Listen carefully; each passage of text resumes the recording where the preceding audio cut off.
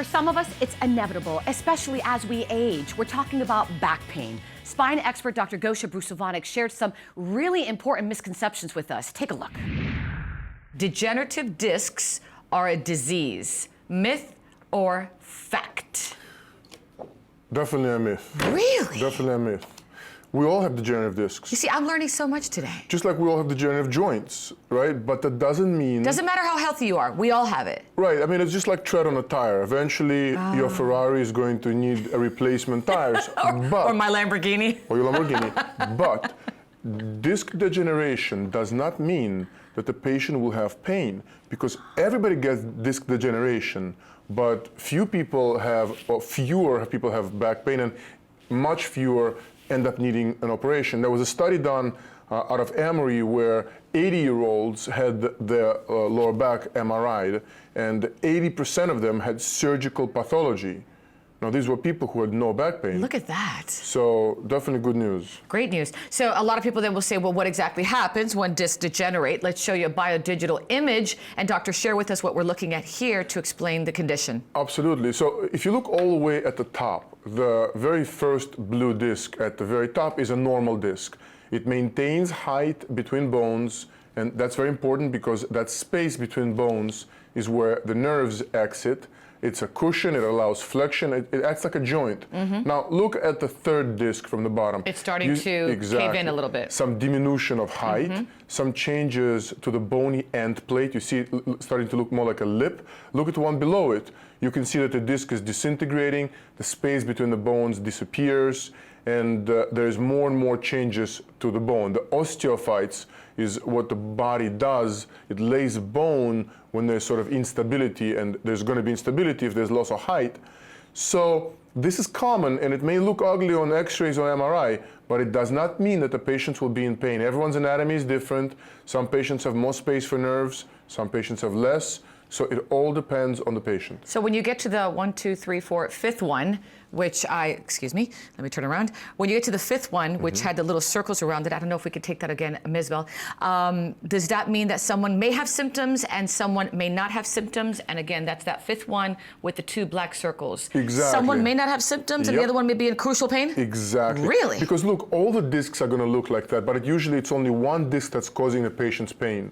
So all the other discs are going to look the same but be asymptomatic. Can people lose height because of that? They do, and actually that's the absolute very cause of the problems in the elderly. Loss of disc height causes other morphological changes in the structure of the spine that may become painful. All right, so myth or fact, doctor, ready? Shoulder pain could be the cause of problems in the neck. Okay, I'm gonna go with fact. You're right. You're right. Okay. You're right. Now, fact. so why can shoulder pain be a cause of that and not obesity? Because of the trapezius muscle. Which is? So the trapezius, it begins all the way in the occiput, at the back of the head, and that's the muscle that goes all the way towards the shoulder. And obviously it's on both sides. It's a very big, powerful muscle. And that's the correlation between shoulder pain and neck pain. So for example, a patient gets a tight shoulder called adhesive capsulitis. They reach overhead and it hurts. They try to reach behind their back and it hurts. And especially it hurts at night. They can't lay on their side. If your shoulder hurts, you won't move the trapezius because it's attached to the shoulder. But if you don't move the trapezius and it spasms, that spasm will go over the length of the entire muscle. Since the trapezius attaches to the head and is part of your neck musculature, patients will say that their whole neck and shoulder hurt, and thereby a shoulder problem is causing neck pain. Which goes back to the image that we showed, the image of the vertebra. It was the top one, I think it was the green one, and you said that that was a bad area for people. You got it exactly. And the opposite works as well. So neck pain frequently causes shoulder pain. Neck and shoulder pain are very frequently correlated. All right. For the next myth and fact, this one's interesting. We're going to actually look at a 3D image. So let's take that real quick, which shows the anatomy of the hip.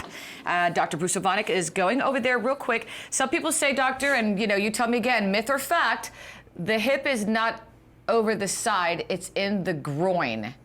Weird, right? So most of my patients who come in with back pain that goes down to their extremities, they'll say I have hip pain, and they will point to the side. They'll point right there. So common. essentially almost universal. But to be honest, the hip joint is right there in the groin.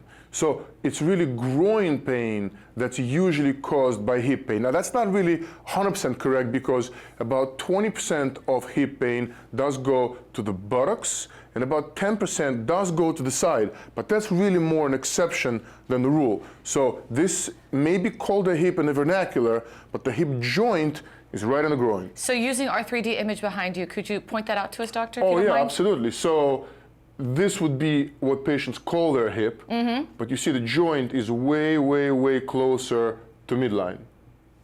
Okay. So how can the hip then be an issue for the spine? Can you show me there? So the actual hip joint won't be, Correct. but these nerves that I see. run from between the bones all the way down to the extremity, they can cause pain to the side and even the back of the thigh that patients will call hip pain.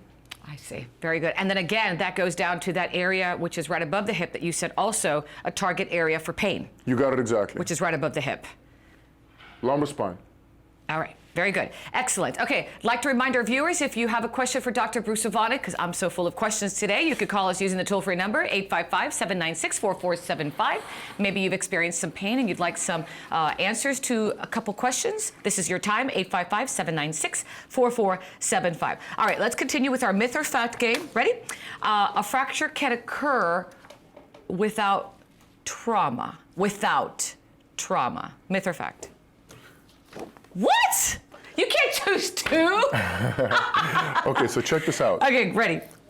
There's many cases where an elderly person, someone with osteopenia or osteoporosis, those are conditions where bone quality diminishes, they'll say, I just sneezed or I just tripped, and then they'll come in with back pain, and reliably they'll have a compression fracture. These are fragility fractures of the spine where the bone kind of accordions down, and it's not dangerous, it's not scary, but it's very, very painful.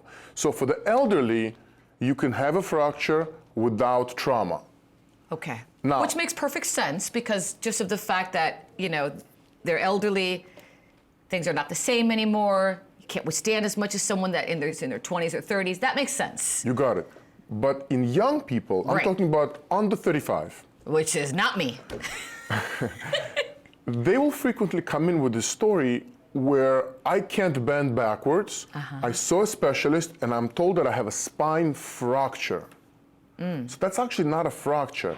That's called spondylolysis. That's a congenital problem, and it's a misnomer to call that a fracture. It's not a fracture. Young people do not get fractures without either small repetitive trauma, like with my pitchers or professional golfers, where you can have a stress fracture, but that's still trauma. They don't get trauma without actual, patients do not get fractures, patients who are young do not get fractures without trauma.